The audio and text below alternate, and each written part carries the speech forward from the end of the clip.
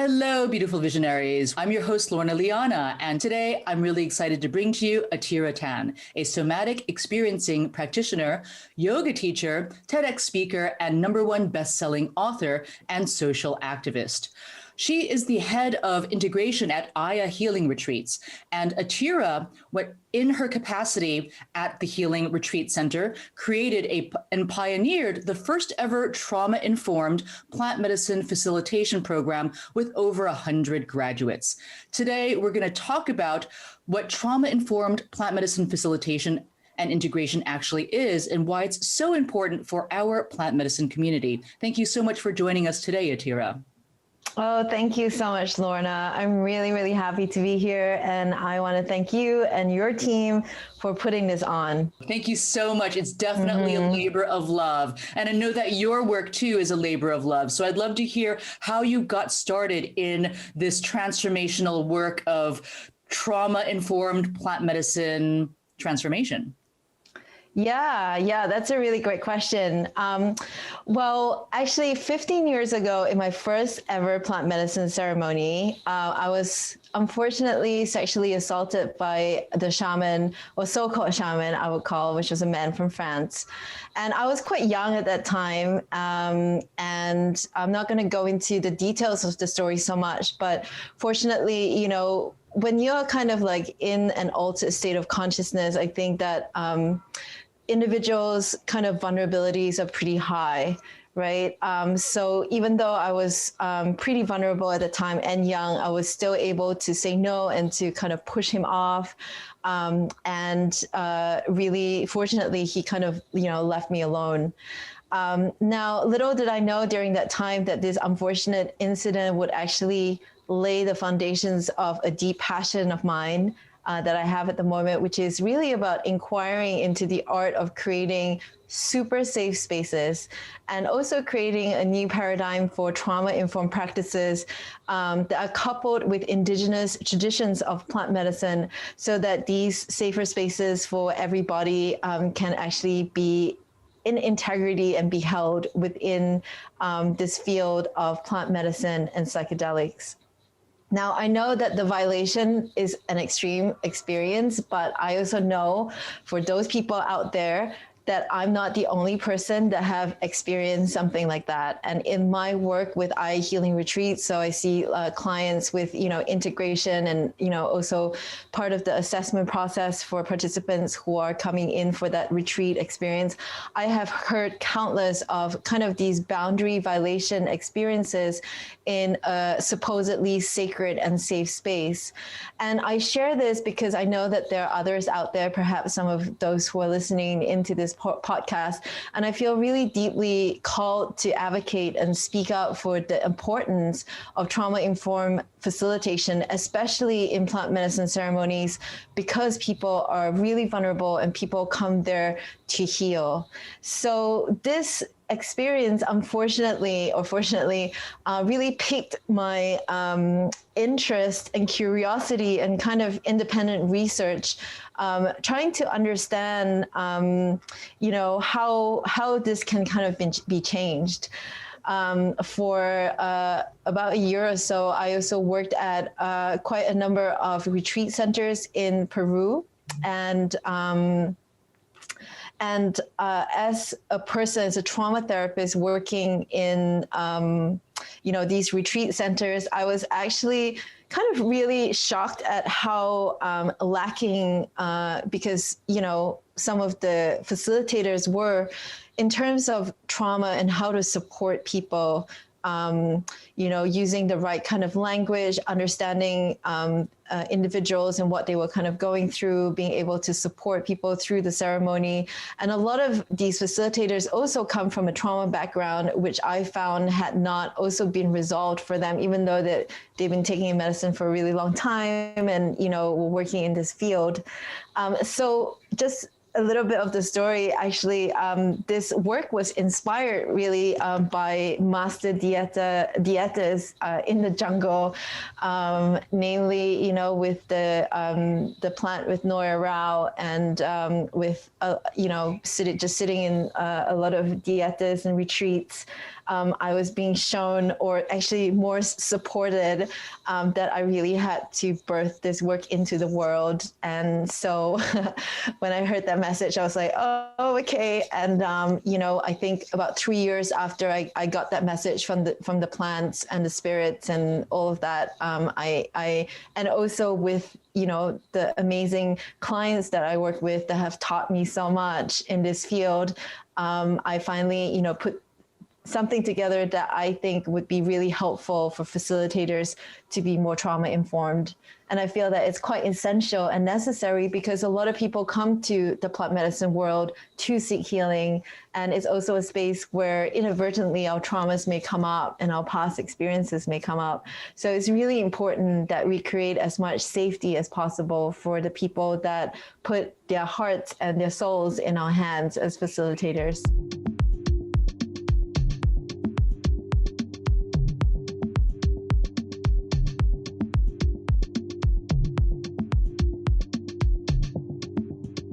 Thank you so much for sharing your journey around that. There are so many thoughts that come up for me. And I do, before we jump into what trauma-informed actually means, I do want to just, you know, rewind a little to that moment, you know, where like, I want to, you know, say, I'm sorry that you went through what you did, you know, with the French so-called shaman, and I commend you for being able to, you know, push him off. And one of the things that comes up for a lot of people that don't understand these types of dynamics, these type of like assault and rape dynamics, which I think is really essential to highlight, is, well, why didn't she just say no? And I want to also just kind of share my own personal story too, where I was traveling with an indigenous shaman, like the master of chants, from the Huni Queen tribe, the master of chants. I will refer to him as, and he had at one point, you know, after we had the night, the work that we were doing that night in a boarding house, like as we were traveling, we drank, we're, you know, not a sacred environment, but, you know, it's part of their lives. So we drank medicine in a boarding house as we were traveling. And in the morning, he had invited me, he had asked me actually, would you like a jiboya massage? And he said this in Portuguese, and, you know, me not knowing what this was. Right. What is a jiboya massage? What is a jiboya healing? You know, and in English, it would have been like, you know, hey, would you like an anaconda massage? And I'd be like, hell no. But like, I'm in this other culture, you know, this other language, you know, I'm just like, did he say what I think he said? Or is this like a sacred healing with the shakapa and stuff like that? So I kind of said, sure. And then at that point, he started to massage me. No, he said, do you want a jiboya healing, an anaconda healing? And then he started to massage me. I'm like, the healing is a massage. And then he started to grope my breasts. And at that point, I just got up and left, right? But, you know, I think it's important for people to know you're in a situation where you've given your trust to this person who has just administered a powerful psychoactive medicine to you. And you might have all these preconceptions of what they are or what they do as shamans. And not knowing, you know, your own preconceptions, it might be confusing for a lot of people to not understand, you know, that the boundary that just got crossed is inappropriate. Oh, absolutely. Absolutely. And I feel that, you know, to add to that, the facilitator is the person that is the leader and the authority. And as you step into this place of leadership and authority, it is really your duty of care to ensure that these experiences, which are boundary violations, do not happen. Irregardless of, the thing with trauma is that depending on a person's kind of trauma experience, they might not have the resources or the resilience to really understand their needs and also their own boundaries. And so, as an example for that, I feel that it is the leaders and the people who are in authority that need to maintain, that duty and care and respect no matter what. So yeah, we'll talk a little bit about what that means, but just to clarify, I actually said no to this man from the very beginning, and it wasn't like he invited me like, oh, would you like to come to this room? It was just like I was I had to take a little bit of fresh air. I had to take some space from the experience in the room. So I stepped outside, and he came and he basically pinned himself onto me. So there was no kind of asking consent or so on and so forth. It was something that happened, and it was almost like I was so vulnerable at that time and so open as well that it took me every single kind of energy and focus just to kind of push him away. And as I'm talking about it, I can remember it. But I don't want to share too much of this experience just because I understand that there may be people out there who have also experienced something like that. And it's really, I want to take care of these people's hearts and also kind of not trigger them too much, and really hold the safe space for those people that are listening. But my invitation really for facilitators who are out there is to really reflect and think about, more about your duty of care to your participants, and also to the people that have experienced these experiences. I want to make it very clear that it's not your fault, okay? It's not your fault that this happened. I strongly believe that it is the leader and the authority figure in the ceremonies that has to maintain integrity. You are being a mirror and someone that's holding a safe space. People are coming for healing. They are not coming for sexual healing and so on and so forth. This is not what is being advertised. So, stay within these healthy boundaries. And as a result of that, we can create safer spaces for people where people can really, connect to their own vulnerability and be seen and be heard. And so much of this is needed in the world. And when we take away choice and agency and power away from people by doing things like this, it's really harmful. It's really harmful, and it goes against what we stand to be as facilitators in any industry, in any healthcare industry. We're not here to exploit people. We're not here to provide harmful experiences. So I really advocate this really strongly. Yeah, I agree. I think the leap from offering healing to then, extrapolating that to offering sexual healing is a big assumption that is, harmful for many people. And it's important to be aware of making those assumptions. I do want to ask you, though, there's also cultural issues as well. So in my time in Brazil and in Peru, but, a lot in Brazil, where the culture of the machista culture is very strong, right? And so many of the indigenous shamans that I got to know weren't even aware of these types of considerations. They don't know what trauma informed is. They don't even think that it's a problem to hit on one of the women that is in their ceremony. They think it's almost like their right to do so. They just, that's what they do, and their father, who was a shaman, had 30 women, when he was a leader. And so therefore they should have, as many women as they want to, have. And so how do you address the facilitators and ceremony leaders from a different culture who just have no idea, that they need to be aware of this? Whose Yeah, responsibility? I think that that's a really good question. And I've worked with a couple of actually retreat centers who, bring in indigenous facilitators. Now, I really acknowledge that our Western world is very different from the indigenous kind of collectivist culture, and where there is a melting pot of cultures. I do feel like, for example, in a retreat setting, that it is the retreat center's kind of responsibility in a way to educate these indigenous healers that it's actually, we respect that this might be part of their culture, but however, when they're working with, people from the Western world, we don't share that same culture. And this might be kind of dangerous for us because, we come from this different culture. So I've actually known a couple of retreat centers that have given these educational workshops for their maestros who come from the indigenous traditions.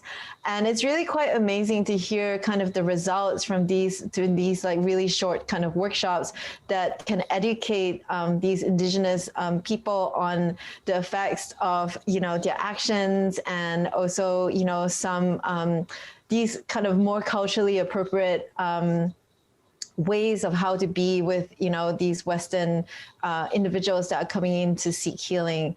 And I remember actually I was in Peru a few years ago, and someone was telling me about this workshop at this particular center that I had worked in the past. And there was one maestro actually that I felt quite uncomfortable with. And it was really beautiful to see this maestro experience and what he had learned from the workshop, and how he realized that he had, perhaps acted inappropriately in the past, and how open he was in changing his behavior, and also understanding and being able to talk about it and share about it with them, I think was a really positive thing that these retreat centers were able to do. So I think it's about opening that dialogue and also sharing why it's kind of harmful for us, and through that creating, more awareness and more education. And in my experience, with the indigenous, maestros that have their kind of like, that come from their own culture, they are well-meaning people. So they don't actually want to hurt anyone. Yeah. So when that's kind of voiced and explained to them, it kind of, my experience is that they've been very open in taking that on, because, it's something that's kind of brought to their awareness. So I feel that more kind of, say, Western-owned retreat centers that might invite, these indigenous, shamans or maestros from other cultures. I think that's important for us to be able to sit down and say, hey, I understand that this is your culture. However, we would, let's have a discussion about this, and why these sexual advances towards participants might not be appropriate in our culture if you come and work with, Western people. So I think that would be really helpful to help create more of an understanding between two cultures. I would also second that with saying that Western hosts who invite Exactly. indigenous wisdom keepers to their land to offer ceremony to their community need to also take responsibility for orienting the wisdom keeper who may be from another culture on the appropriate conduct and the expectations that are being asked of them if they provide the service of ceremony to that community. Absolutely. And that's something that a lot of hosts haven't really been aware of. And so a similar situation happened in Ibiza, where the behavior of a ceremony leader that actually is beloved. He's got a huge fan base. People just love his work. And I've been in his work many times, and they're beautiful works. And there were some issues with the womanizing. And so, they issued a manifesto that basically outlined, the requirements or the expectations of the ceremony leader that is coming to their space. And I love that. It's a document that we provide for free for people that want to download and see, what those expectations are. But I think it's really important for the hosts as well to think beyond the you're offering the healing ceremony. And then, of course, there's always the, exchange, the financial exchange. The host gets something, the ceremony leader gets something. And so there's a business aspect of it. And then to kind of, take a step aside, because obviously, if you're not going to invite somebody who's been, who has problematic behavior, then it impacts the revenue that you might make for the ceremony as the host, but just to think about some of the aspects that are more important than that, which is the safety of your community and the possibility of, creating trauma. So going to the definitions and understandings of what trauma-informed plant medicine facilitation is, what is it? What does being trauma-informed mean? Yeah, that's a great question. I mean, simply put, trauma-informed means that we, and I'm talking about people who work in this world, whether they're facilitators or support people or people who are doing assessments and intakes or integration support people, that they understand how trauma affects the nervous system. And therefore, interacting and engaging with these participants in a way which is sensitive to that understanding of how trauma works in the body, in the nervous system, and how it affects us as individuals. So just a couple of key points that I would like to just share. So one of the principles in this trauma-informed kind of plant medicine world is that we assume all participants that come into the ceremonial space have experienced trauma, whether it's small traumas or big traumas. It doesn't matter what kind of proportion of trauma they have been through, but everybody deserves to be treated with the care of kind of trauma survivors. So with this first premise, we have to also understand that when participants come into the space, like plant medicine space, also because, there can be many triggers for people that can create a lot of what we call in kind of looking at trauma and the nervous system, like a arousal. So people's arousal level goes up. So their nervous system, they might feel more anxious, they might have a little bit. It might be a scary experience if this is like a new experience for them. So basically the nervous system is activated. And so when people's nervous systems are activated, it can make them extra sensitive or more easily triggered, or there might be a shutdown or a collapse, which means they might be kind of lacking energy, or they can also be really easily kind of overwhelmed or confused. And this can also include their experience in an altered state of consciousness, or what we call ASCs in our program, or, being on psychedelics and plant medicine. So therefore, being trauma-informed means that we actually can see that, we can identify it when it comes up in the space, probably before and after. And it's about how we can respond to participants being fully informed, and also considering these experiences and providing support instead of increasing arousal or increasing isolation or overwhelm or taking people's kind of choice away from them. So what we're doing is that we're changing our perception and how we're responding to people in that space by building the safety and the orientation to the present moment, which is actually really necessary for processing trauma. And as I talk about what trauma-informed means, I think it's really important to also talk about the definition of trauma, because that can provide a lot of kind of confusion for people. So I like to make this fact, just the definition of trauma really clear. And for that, I would love to really refer to Dr. Peter Levine, who is my teacher and the founder of Somatic Experiencing. And he basically says that, trauma, simply put, arises, number one, where there is lack of choice. Number two, something that we feel unable to escape from and is overwhelming to the nervous system, which leads to a disconnection from ourselves and others.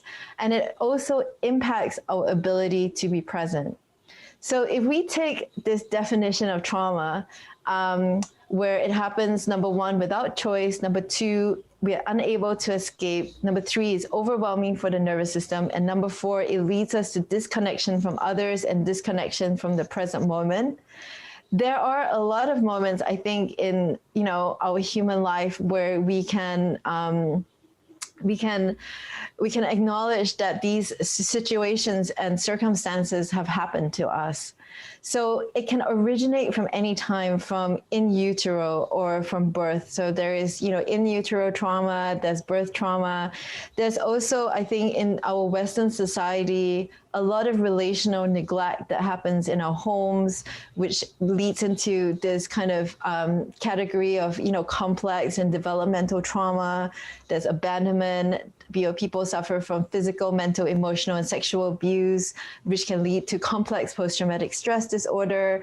Or there can also be, like a singular kind of terrifying event, which I think when I mentor most, people working in plant medicine who want to be more trauma informed, I think that the perception of trauma for most people is like a singular event, but actually trauma is so much more than that. And especially in today's world where, I don't think that, our schools and education and conditioning and our culture really,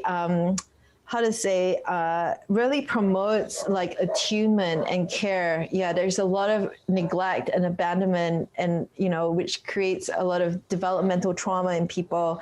That is really rife, especially in individuals that I found seeking healing from the plant medicine world. So unresolved trauma can really impact our physiology and our physical well-being, as well as our felt sense of safety inside and our ability to be present in our bodies and also to our present reality. And if we are in this space of healing, or if we are, claiming to be in this space of healing, then and inadvertently, these experiences come up during the ceremonies to be healed and held and, processed and integrated. However, if we as facilitators don't actually understand, or we can't actually identify these traumas that are happening in people, then it's really hard for us to respond to them in an effective and an empathic and compassionate way. So I think that it's so basically, in a nutshell, being trauma informed is to understand, number one, how trauma works on the physiological level, how it shows up in people, in not just, how they present themselves, but their tone of voice, where they are in their activation in their nervous system, knowing the different categories of trauma, because that may come up in the plant medicine space, and also how to respond during the ceremony. The amount of dosage to give people is also a really big thing when we talk about trauma, and also kind of the care that we need to provide these people before the ceremony and also after the ceremony in integration. So the more we can understand all of that, then the more we can create these safer spaces for people, where we can really help the recovery of trauma and help the trauma, the stuck energy in the body to be resolved and also integrated. So what in the spectrum, that's a short explanation of trauma informed. Yeah, you brought up a lot of really important points, and I'm curious to know, if you're not trauma informed in plant medicine, what happens? Well, I think that there is a lot of examples of clients that I've worked with. So I work with a lot of clients that have been very traumatized in ceremonies.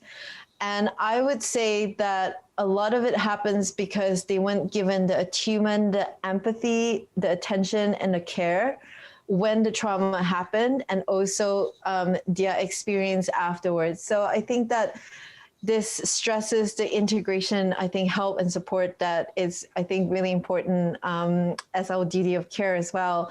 And what I've seen has been, the more severe cases being people kind of stuck in psychosis, and most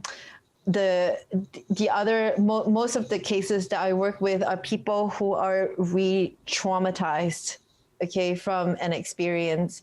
So I have, worked with quite a number of clients where an imprint of a trauma comes up in a ceremony, and unfortunately they were not kind of met with the care that they needed. And then they were kind of left hanging with a lot of these imprints of trauma arising in the nervous system, arising in their lives, having kind of night terrors, flashbacks from experiences from before, but then kind of not getting the duty of care from the facilitator, or even, as I mentioned, the retreat centers or the hosts of these ceremonies. So what happens is that they actually get more and more re-traumatized, which is really harmful.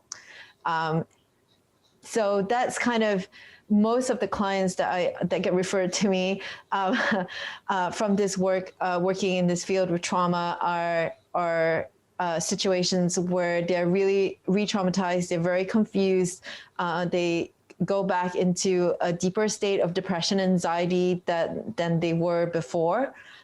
They came to the plant medicine and really distressed, and symptoms of, post-traumatic stress, such as panic attacks, nightmares, night terrors, flashbacks, emotional flooding, and in some really bad cases, psychosis.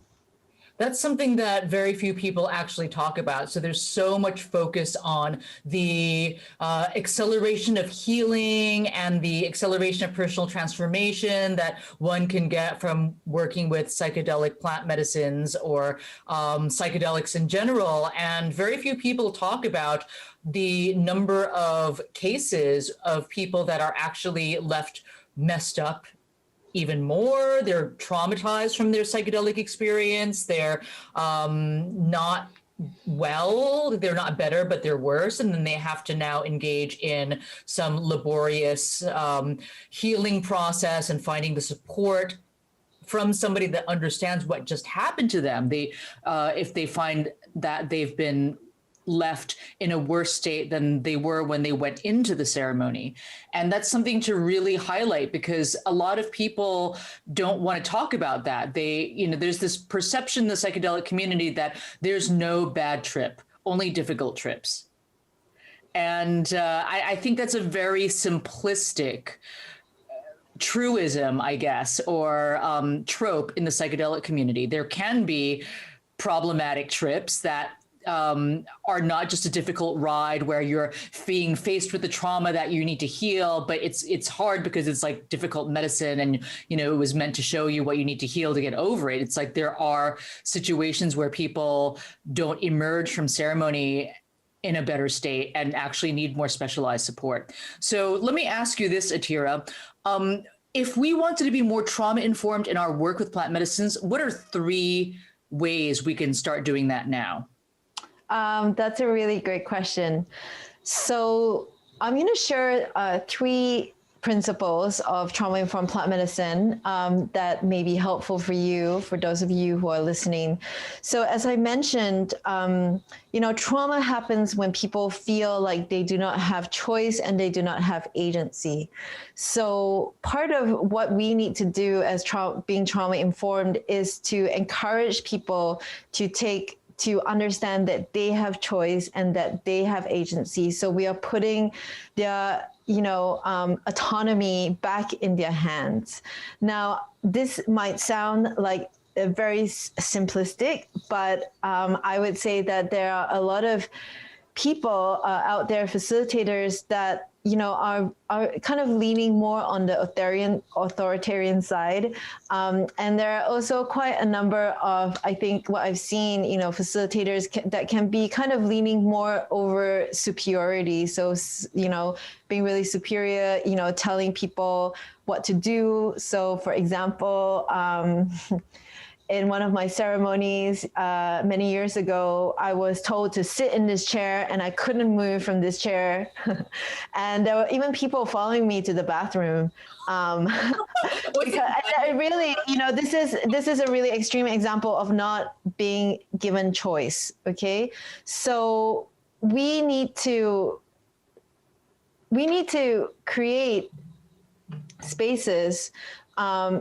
And the first principle of that is that we want to assume that everyone that's walking into the space of plant medicine is somebody that has experienced trauma, whether it's a big T or a little t, because I don't feel that, especially, in this culture, plant medicine culture, there's not a very good kind of assessment, kind of intake for us to kind of understand the background experiences or the traumatic experiences of people that are coming into ceremony. And if this kind of assessment and intake kind of, process is not done, then we really have to just assume that everybody that comes in through the door has experienced some kind of trauma, and we need to treat them with care. We need to treat them with attunement, sensitivity, and also the therapeutic presence, okay, in our engagement with participants. And this involves, being able to provide people choice and agency, okay, so that they can be safe and they can be comfortable. So, for example, I gave you an example. Another thing that I see a lot in the plant medicine world that I feel is really dangerous is forcing people to drink a big cup and then drinking many other cups, even though they are not, they're not ready for that experience. So I've seen that a couple of times, especially with the dosage of the medicine, and a lot of the traumatic experiences that I've seen happen with participants coming to me has been from, being forced to actually drink quantities of, plant medicine that they're actually not ready for. So that's another example of just giving choice and agency to people. So therefore, another example that I can give is there is a tendency for facilitators, I think, to give advice to people. And I think for good reason, because we're well-meaning and we want to help. However, from a trauma-informed perspective, giving advice and telling people what to do can take away their choice and agency, especially as authority figures. So it's more helpful to ask the right questions that can really lead people to discovering their own wisdom and to encourage this. So it's more, following a strengths-based model rather than, I'm the leader here and I'm telling you what to do. So we want to recognize, another tip is to recognize participants as experts on their bodies and their experiences. So to refrain from giving unsolicited advice that might belittle their experiences and their feelings. So another example that I can give that I've seen a lot is, obviously we're in an altered state of consciousness. And sometimes, people might see each other's auras or chakras or past lives or, things that might be blocked or so on and so forth.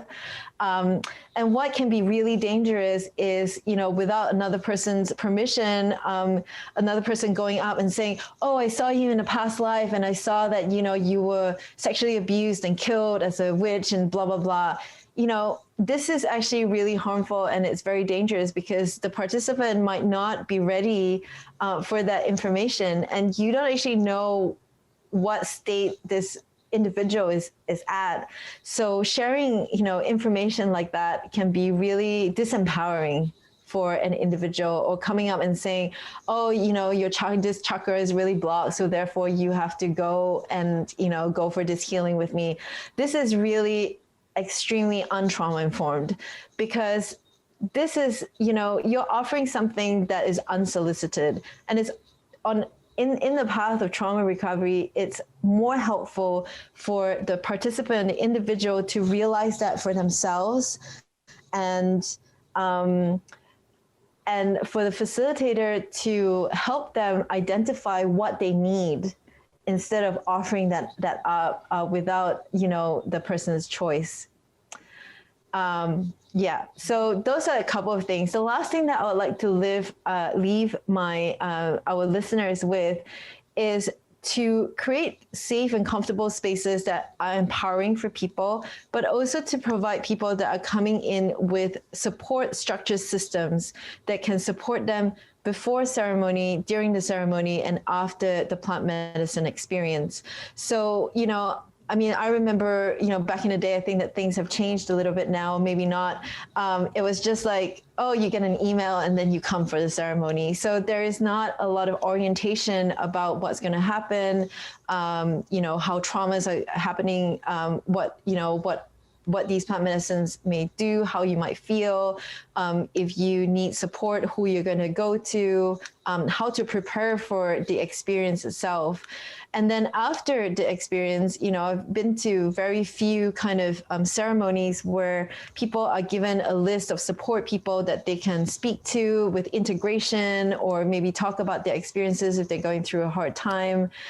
So that all these support structures and systems to have a system that can provide safety before, during, and after the plant medicine experience is really important to help create that sense of containment and also orientation, which will decrease an individual's kind of anxiety levels or activation levels, which can happen in a ceremony anyway, because you're in, a vulnerable space where you might not know the people that are there. It's a new experience for a lot of people who are coming as first timers. So those support structures and educating and informing our participants and taking time to build those relationships can be very effective in really preventing and avoiding this re-traumatization that I was talking about before. Thank you so much for sharing your wisdom and such great advice, beautiful, actionable tips. We're at the end of our time together. How can the audience best stay in touch with you? Yeah, so they can stay in touch with me through my website, which is atiratan.com, and Instagram.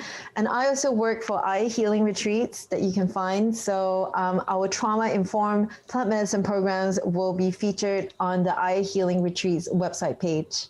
Wonderful. We'll put the links down below this video. Thank you so much for your time and your beautiful energy. I want to wish you a wonderful rest of your day in beautiful Chiang Mai, Thailand. So jealous. I'm going to be there soon. One day. We welcome you here, Lorna. Thank you. Thank All you right. so much. Bye-bye.